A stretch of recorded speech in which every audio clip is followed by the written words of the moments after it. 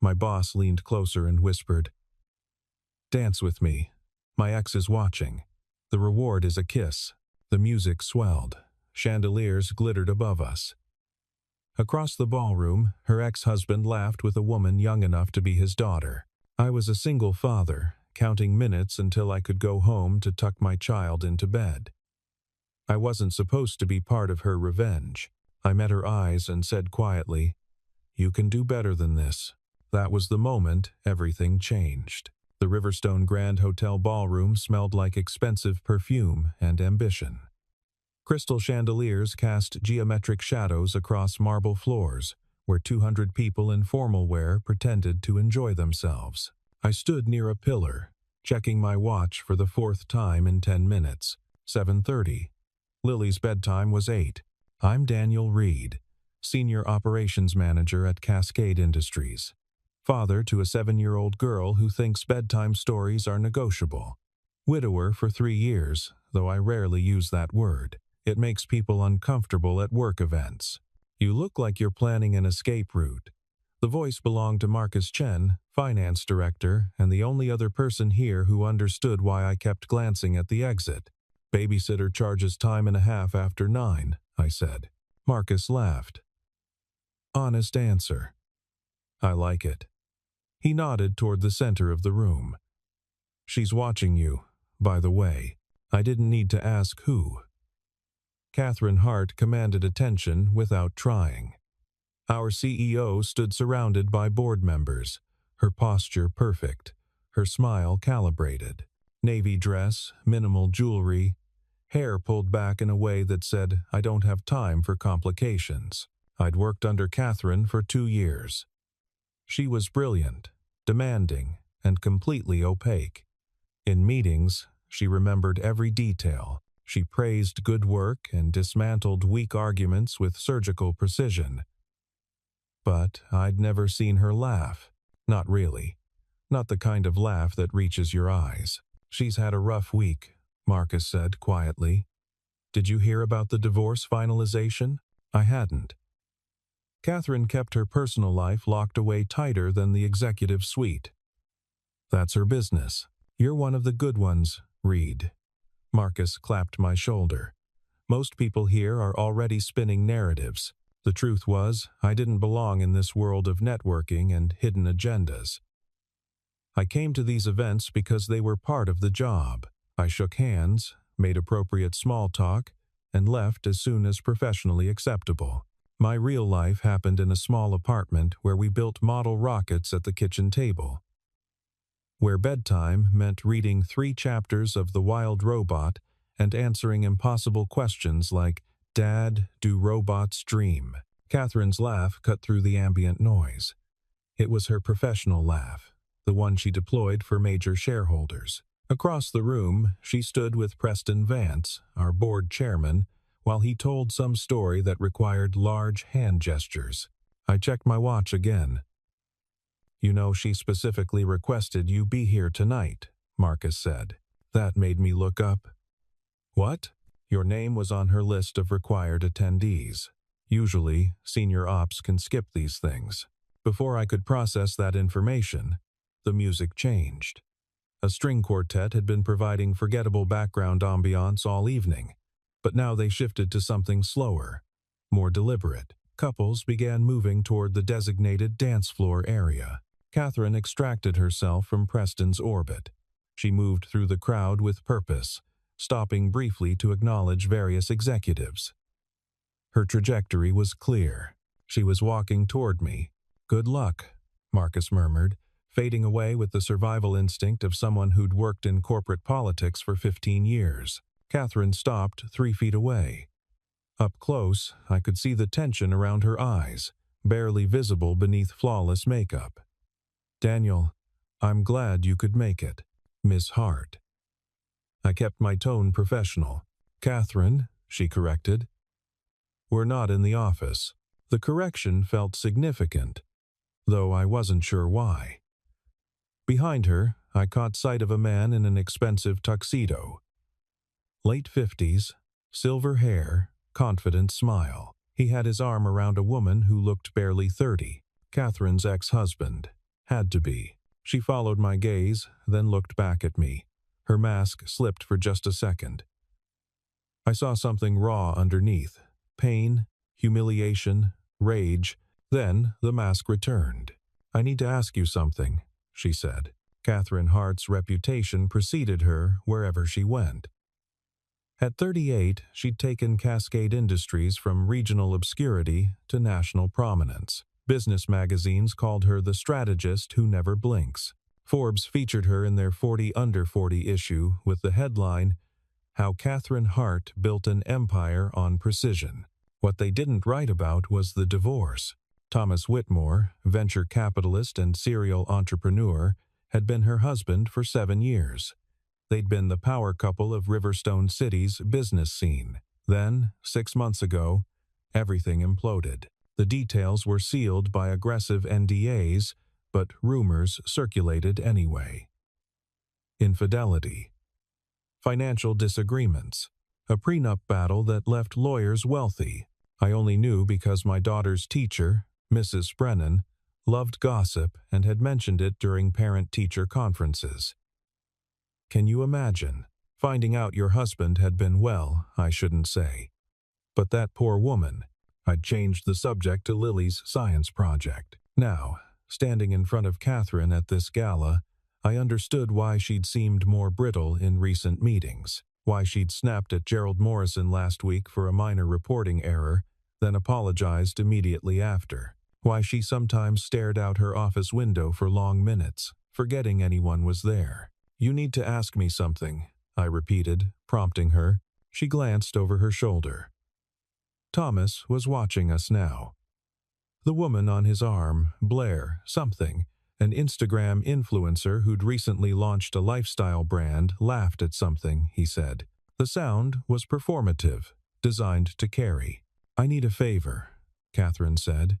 Her voice was controlled, but I heard the hairline fracture underneath. "It's somewhat unorthodox." "Okay. Thomas is here with his fiancée. They're getting married next month." She delivered this information flatly, as if reading quarterly earnings. Preston already made a comment about emotional stability during transitions. "I need to show them I'm fine." I waited. "The next dance is starting. I'd like you to partner with me." It was a reasonable request. Inappropriate for a CEO to dance alone while her ex-husband flaunted his new relationship. Simple office politics. I could do this, then leave by 8:15. "Sure," I said. "I can do that." Relief flashed across her face. "Thank you." We moved toward the dance floor. The quartet was playing something classical I didn't recognize. Around us, other couples found their positions.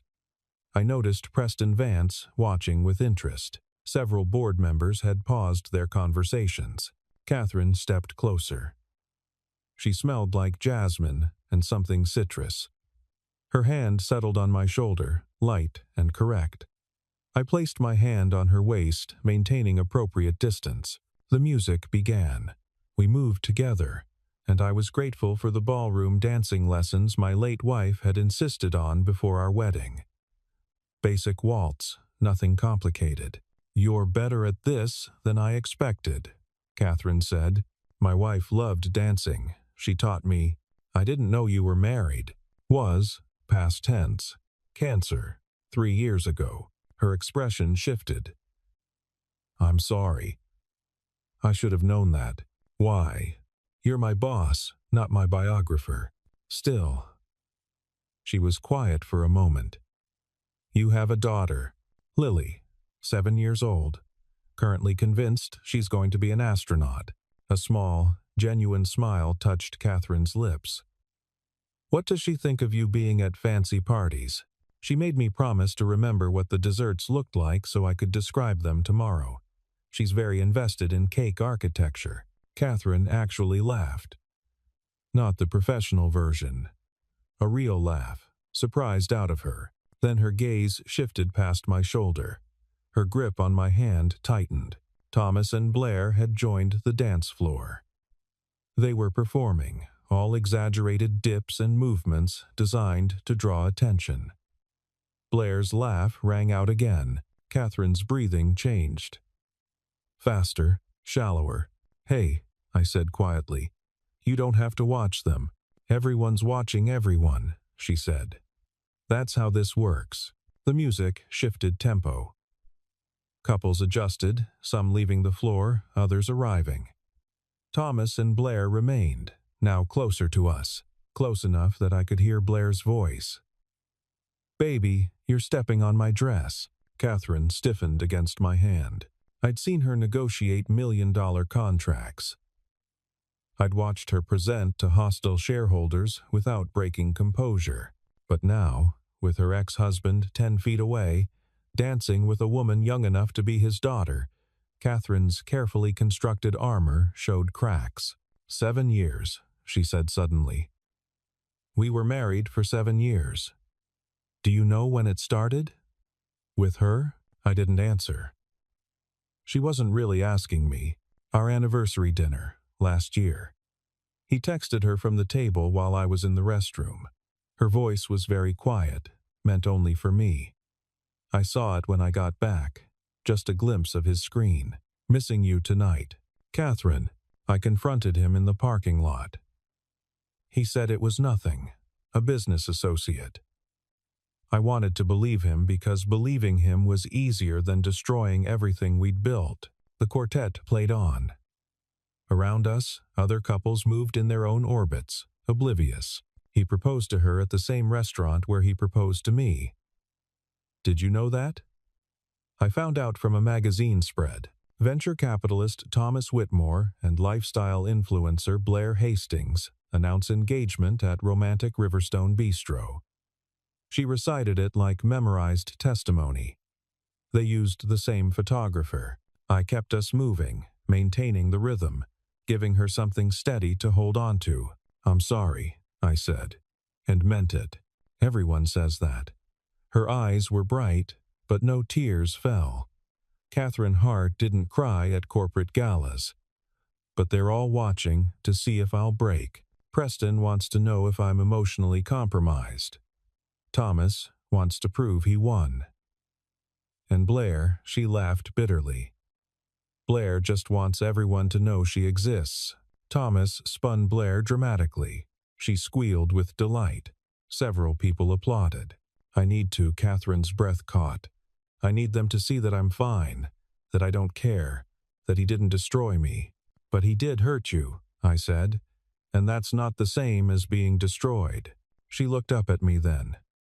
Really looked at me, like she was seeing me for the first time outside of quarterly reviews and budget meetings. "Why are you being kind to me?" "Why wouldn't I be?" "Because I'm not kind. Not really. I'm demanding and difficult, and I make people work overtime, and you're also human," I interrupted. "And you're hurting." The music was building toward something. I could feel it in the quartet's intensity, in the way other dancers moved with more purpose. Catherine's hand moved from my shoulder to my chest. Not suggestively. More like she needed to steady herself. "Daniel, I need to ask you something else." The real favor, warning bells went off in my head. "Okay, I need you to kiss me." I stopped moving.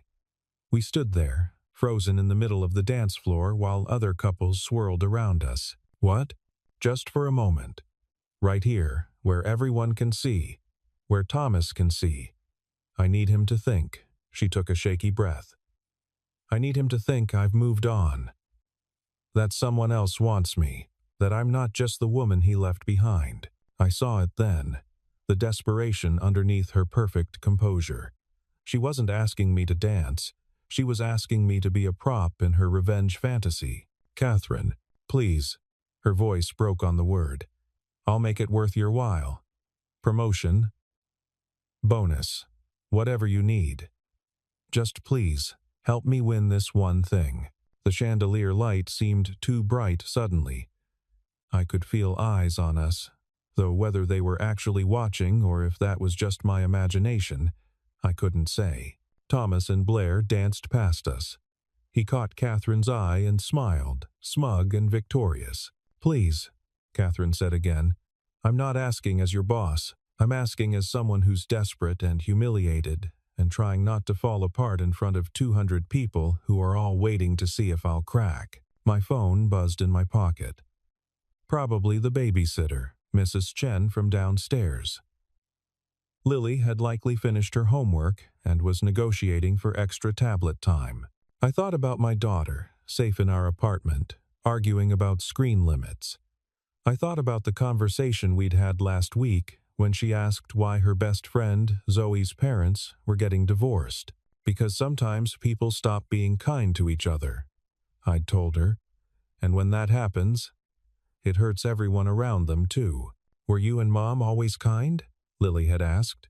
We tried to be. We didn't always succeed. But we kept trying. Now, Catherine stood in front of me, asking me to participate in a performance designed to hurt someone, even if that someone deserved it. The music's going to end soon, Catherine said. Thomas is watching.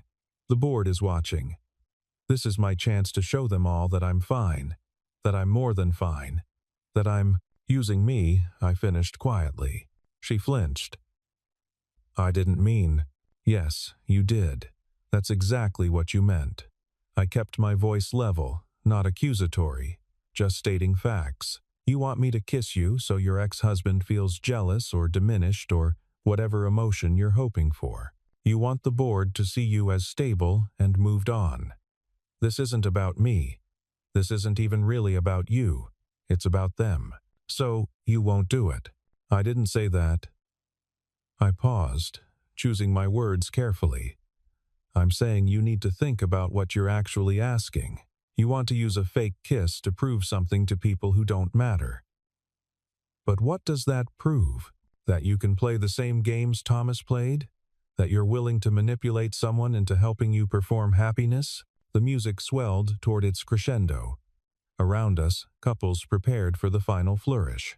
You don't understand, Catherine said. Her voice was strained. You don't know what it's like to have everyone watching, waiting for you to fail, to walk into meetings and know they're all wondering if you're about to have a breakdown, to see your ex-husband parade his new life in front of you like a trophy. You're right. I don't understand that specific situation. I met her eyes. But I understand grief. I understand humiliation. And I understand what it's like to be so desperate for people to stop pitying you that you'd do anything to prove you're fine. Then help me. I'm helping you. I'm telling you this won't work. Her jaw tightened. You don't know that. Yes, I do. Because even if I kiss you right now, even if Thomas sees it and feels jealous, even if the board thinks you're perfectly stable, none of that will heal what's actually broken. It's just another mask. The final notes of the song hung in the air. Couples around us finished with dramatic poses, some dipping, some simply holding the final position. We stood there, facing each other, neither moving. Applause rippled through the ballroom. The reward, Catherine said suddenly. For the kiss. I'll make sure you get the Riverside project. Full autonomy, your choice of team, budget approval. It's a career maker. I studied her face. Saw the desperation, the pride, the barely contained panic. Catherine, I said gently. You can do better than this. The words landed between us like a stone in still water. Ripples of realization crossed Catherine's face, confusion, then shock, then something that looked like shame. What? Her voice was barely audible beneath the applause fading around us. You can do better than this, I repeated.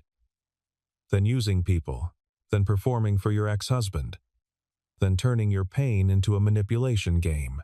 Her hand dropped from my chest. You're refusing. I'm declining to participate in something that will hurt both of us. There's a difference. This was a mistake. She stepped back, her professional mask slamming into place. Forget, I asked. We should return to our respective... Wait. I didn't reach for her, didn't try to stop her physically, just spoke quietly enough that she had to stay close to hear.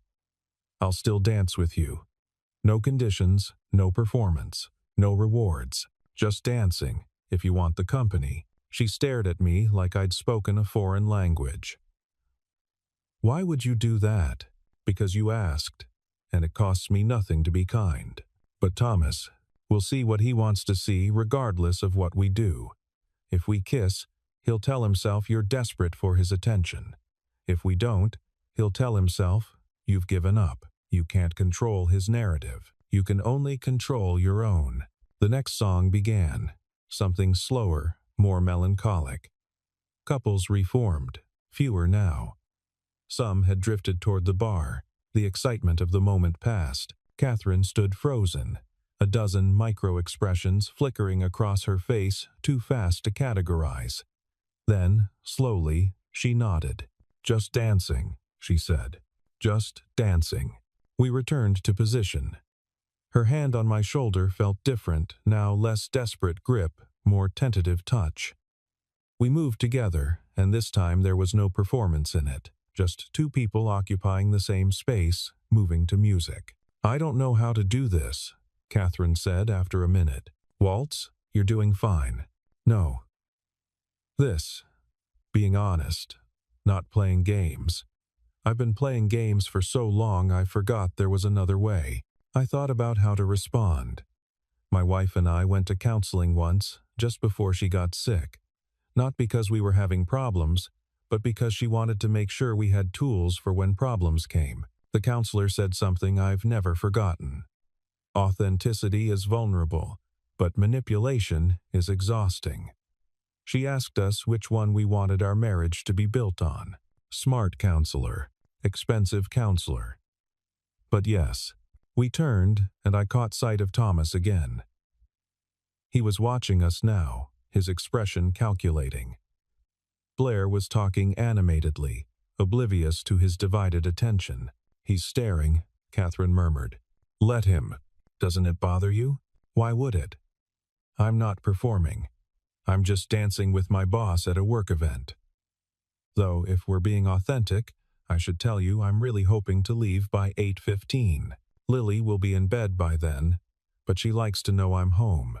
That surprised a small smile from her. "You're thinking about your daughter while dancing with the CEO. I'm always thinking about my daughter. It's kind of the job. Must be nice. It's terrifying. And exhausting. And the best thing I've ever done." We danced in silence for a few more measures. The tension that had coiled through Catherine's frame was loosening gradually, like a spring unwinding. "I'm sorry," she said finally, "for asking you to kiss me, for trying to bribe you with career advancement. She exhaled slowly, for all of it.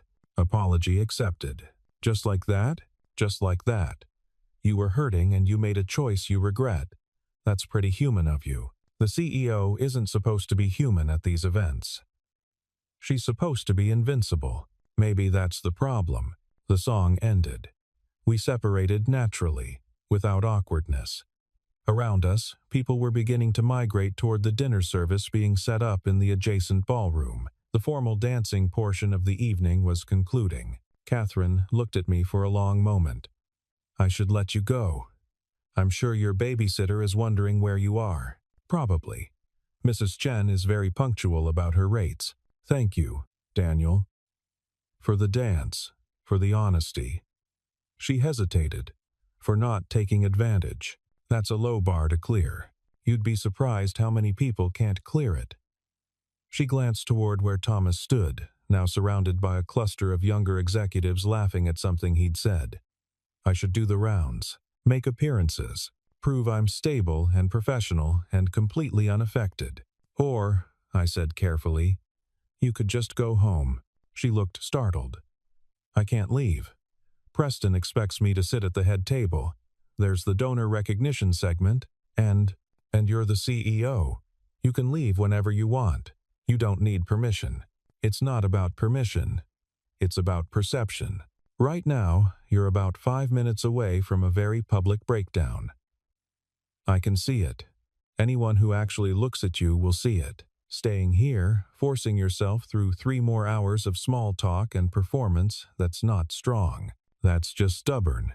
Catherine opened her mouth to argue, then closed it.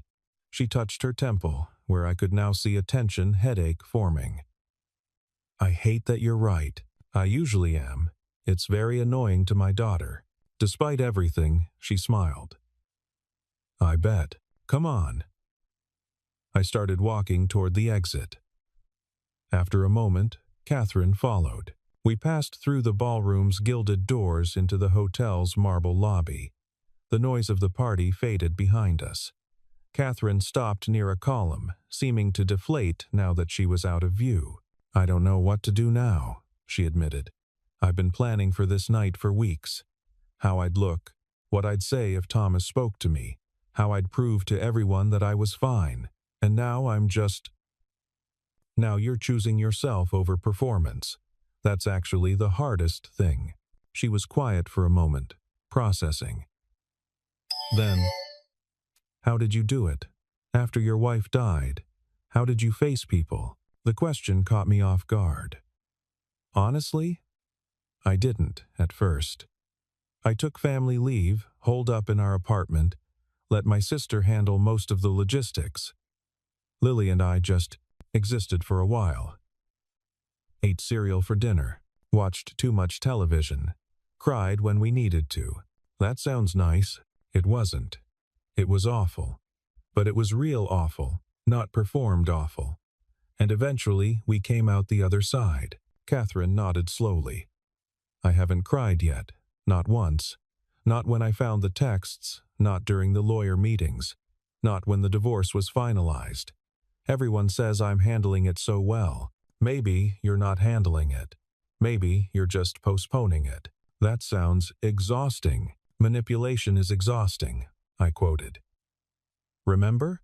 She actually laughed, though it was shaky. Your expensive counselor was on to something. My phone buzzed. I checked it, Mrs. Chen, asking if I'd be much longer. I need to go, I said. But for what it's worth, I think you made the right choice. Leaving, not playing games. Being honest. I don't feel right. I feel like I'm running away. Sometimes retreat is the smartest strategy. You're a good CEO. You know when to regroup. Catherine studied me with an expression I couldn't quite read. Why are you being so kind to me? I tried to manipulate you. I offered you bribes. I'm your boss, which makes the whole thing even more inappropriate. Because you're human, and you needed someone to remember that tonight. That's it. No complex motive. Most people have complex motives. Most people are exhausting. She smiled at that. A real smile, reaching her eyes. Daniel Reed, you're surprisingly wise for a man who builds model rockets with his 7-year-old. The wisdom comes from the 7-year-old, actually. She's very clear about right and wrong. Makes things simpler. We stood in the hotel lobby, the party continuing without us behind gilded doors. Through the tall windows, I could see Riverstone City's downtown lights reflecting off the harbor. It was beautiful in that way. Expensive cities are beautiful, all glitter and promise and underlying loneliness. Tell me about her, Catherine said suddenly. Your daughter. The question surprised me. In 2 years of working for Catherine, we'd never discussed personal details beyond the necessary logistics. She knew I had a child because it affected my schedule, but she'd never asked. Lily is, I searched for the right words. She's brilliant and stubborn and completely herself. She decided at age 5 that she wanted to be an astronaut, so now everything is about space. We do science experiments every weekend. Last month, we built a model of the solar system using fruit. Jupiter was a cantaloupe. Catherine's smile widened. That sounds chaotic. It was. The cantaloupe rotted, and we had to evacuate Jupiter. She cried for 20 minutes about planetary mortality. Then she announced we'd have a funeral for Jupiter and wrote a eulogy. A eulogy for a cantaloupe. A very moving eulogy. She talked about Jupiter's loyalty to its moons and its sacrifice for scientific understanding. I recorded it. For the first time that evening, Catherine looked genuinely relaxed. She sounds remarkable. She is. She's also 7. Which means she asks approximately 400 questions per day. Last night, she wanted to know why adults lie to each other. I paused. That was a fun conversation. What did you tell her? The truth. That sometimes people lie because they're scared, or hurt, or trying to protect themselves. But that lying usually makes things worse, not better. And that the people worth keeping in your life are the ones you don't have to lie to. Catherine absorbed this. Your daughter is very lucky. I'm the lucky one. She keeps me honest. Every decision I make, I think, what would Lily learn from watching this? What kind of man do I want her to see me be? Is that why you refused to kiss me? Partly. But also because it was wrong. You know it was wrong. You were asking me to participate in something that would hurt both of us. You because it wouldn't actually heal anything. Me because I'd be complicit in the manipulation. I wasn't thinking clearly. You were thinking very clearly. You were just thinking like someone who's been hurt and wants to hurt back. That's human. But it's not who you want to be. She was quiet for a long moment, absently turning the slim bracelet on her wrist. Thomas used to say I was too honest for business.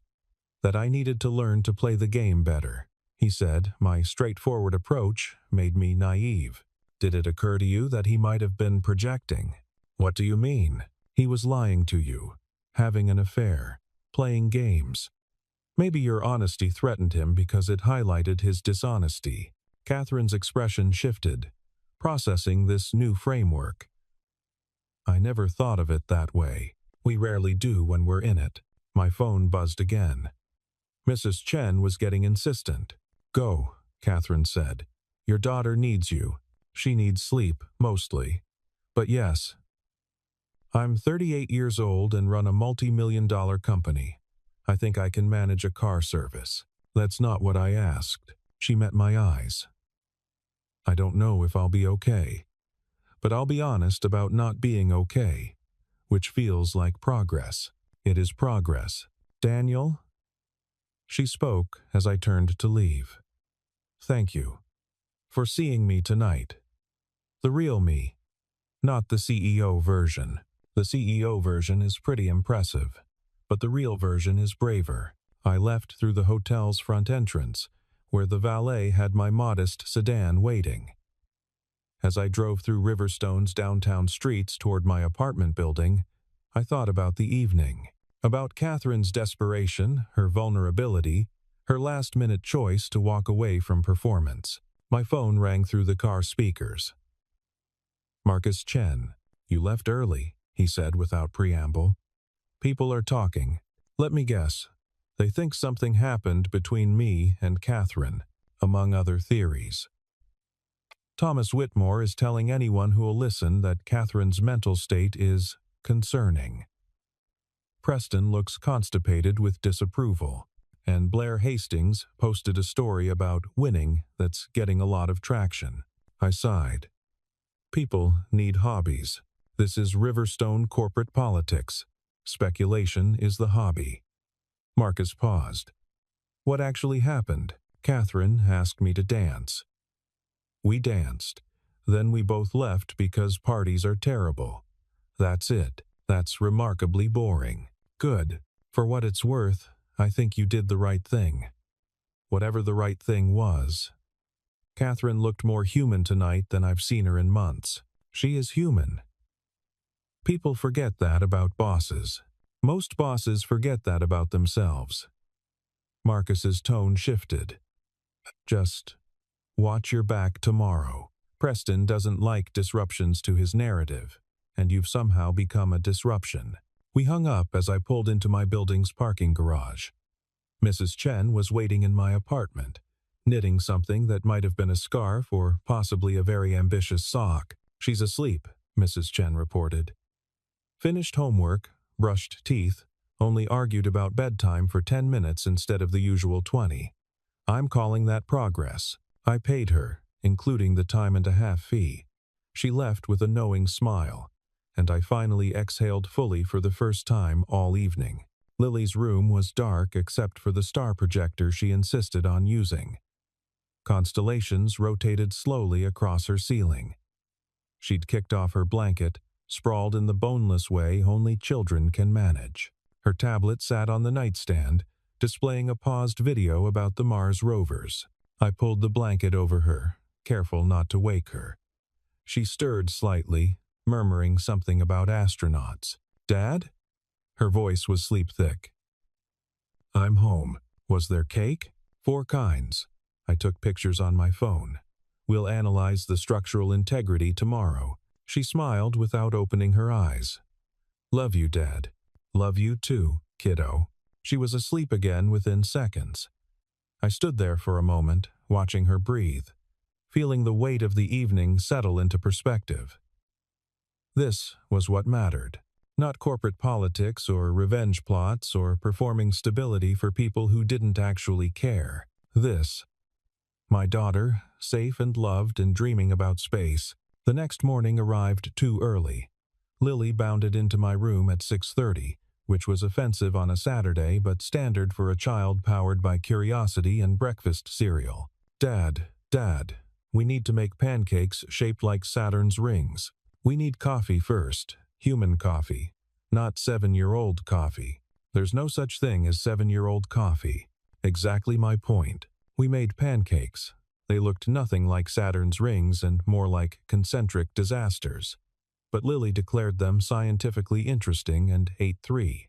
My phone buzzed. Email from Catherine, sent at 5:47 a.m. "Daniel, thank you for last night. I'm taking Monday as a personal day. Tuesday, we should discuss your leadership role on the Riverside project. You've earned it through merit, not manipulation. Also, I'd like to meet Lily sometime, if that's appropriate. I think I could learn something from someone who writes eulogies for cantaloupes." I read it twice, then showed Lily. "My boss wants to meet you. The one from the fancy party?" "Yeah. Is she nice?" "She's learning how to be." "I think you'd like her." "Okay. But she has to be okay with messy science experiments." "I think that can be arranged." Catherine didn't take just Monday off. She took the entire week, which shocked Cascade Industries' gossip network into overdrive. Preston called an emergency board meeting. Marcus texted me daily updates that read like war correspondences. I kept working, did my job, avoided speculation. The following Saturday, Catherine showed up at the public library where Lily and I spent most weekend mornings. I was helping Lily research Mars colony sustainability when I saw Catherine browsing the astronomy section, obviously uncomfortable in jeans and a casual sweater. "Miss Hart," Lily said loudly, "because 7-year-olds have no concept of library voice. Dad says you might like science experiments." Catherine looked startled, then pleased. "Are you good at experiments, or do you just watch?" "I don't know. I've never actually done any." Lily's expression suggested this was the saddest thing she'd ever heard. "You've never done science experiments?" "Like, ever. Not since school. And those were very structured. That's not real science. Real science is when you don't know what'll happen and you have to figure it out." Lily grabbed Catherine's hand with the casual authority of childhood. "Come on, we're building a water filtration system today. You can help." I watched Catherine allow herself to be towed toward our usual corner table, where I'd already spread out materials: coffee filters, activated charcoal, sand, gravel, empty bottles. "Is this okay?" Catherine mouthed to me. "It's perfect," I mouthed back. For the next 2 hours, Catherine Hart, CEO of Cascade Industries, built a water filtration system with a 7-year-old. Lily explained the scientific principles with the confidence of someone who'd watched exactly one YouTube video. Catherine listened like it was the most important presentation she'd ever heard. "See?" Lily said, pouring muddy water through their completed filter. "The big pieces get caught first, then the smaller pieces, and the charcoal takes out the weird chemicals. It's like a series of strategic checkpoints," Catherine offered. "Yes, exactly," Lily beamed. "You're good at this." Catherine looked genuinely happy. "I am? Aren't I?" We went to lunch after a diner Lily loved because they served breakfast all day. Catherine ordered French toast and didn't flinch when Lily explained her entire Mars colonization plan, complete with diagrams drawn on napkins. "The hard part is water," Lily explained. But I think if we had enough filters like we made today, we could recycle everything. Nothing wasted. Closed-loop system, Catherine said. Very efficient. Exactly. I watched them bond over systems thinking and sustainability, two minds that worked in similar patterns despite a 30-year age gap. On the walk back to our car, Lily ran ahead to look at something in a shop window. Catherine and I walked in companionable silence. She's extraordinary, Catherine said. I know. You're doing a remarkable job. I'm doing my best. Some days, my best is frozen pizza and tablet time. But we survive. Daniel. She stopped walking. I want to apologize again. For that night at the gala, I was asking you to compromise your integrity for my ego. That was wrong on multiple levels. We've been over this. Apology accepted. Can we move forward? I'd like that. She hesitated. As friends? If that's not too inappropriate given our working relationship. Friends who build water filtration systems with 7-year-olds. I think that's the least inappropriate foundation possible. She smiled. Good. Lily ran back. Dad, can Miss Hart come to our apartment next week? I want to show her my model solar system, the new Jupiter. He's in orange. That depends on Miss Hart's schedule. Catherine, she corrected, looking at Lily. Call me Catherine. And yes, I'd love to see Jupiter the orange. Spring arrived slowly in Riverstone City. The harbor ice melted, trees budded, and Catherine Hart continued showing up to weekend science experiments. At first, office gossip exploded. Thomas Whitmore made pointed comments at investor meetings. Preston scheduled concerned check-ins. But Catherine, for the first time in her professional life, didn't perform damage control. She just lived her life. Let them talk, she said one Saturday while helping Lily build a model of the International Space Station from cardboard and duct tape. I'm tired of managing other people's narratives. The Riverside Project launched under my leadership. Catherine had indeed given me full autonomy. Though we both knew it wasn't a reward, it was what I'd earned through years of consistent work. The difference mattered. One evening, in early May, after Lily was asleep, Catherine and I sat on my apartment's small balcony. She'd brought wine. I'd provided the cheese and crackers. Preston's stepping down, she said without preamble. Announced it today. He said something about wanting to spend time with family. But really, I think he realized I wasn't going to break or quit or conveniently have a breakdown. I stopped being interesting to manage. How do you feel about it? Relieved. Validated. Slightly terrified about the board restructure, she sipped her wine. But mostly I feel lighter, like I've been carrying something heavy for years and finally put it down. The performance weight. Exactly. God, when did you become so perceptive? I've always been perceptive. You just started paying attention. She laughed. Fair point. We sat in comfortable silence, watching the city lights reflect off the harbor. Music drifted up from somewhere below someone's party, laughter and voices blending together. Can I tell you something? Catherine said. Something I haven't told anyone. Of course. I'm seeing a therapist. Started 3 weeks ago.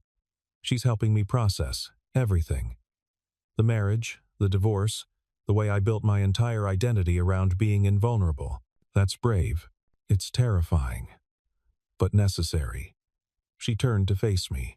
She asked me about that night at the gala, about what made me finally walk away.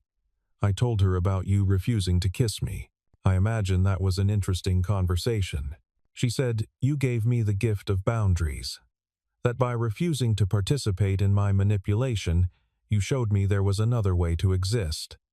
Catherine's voice was soft. She's right. You did. I just didn't want to be part of something hurtful.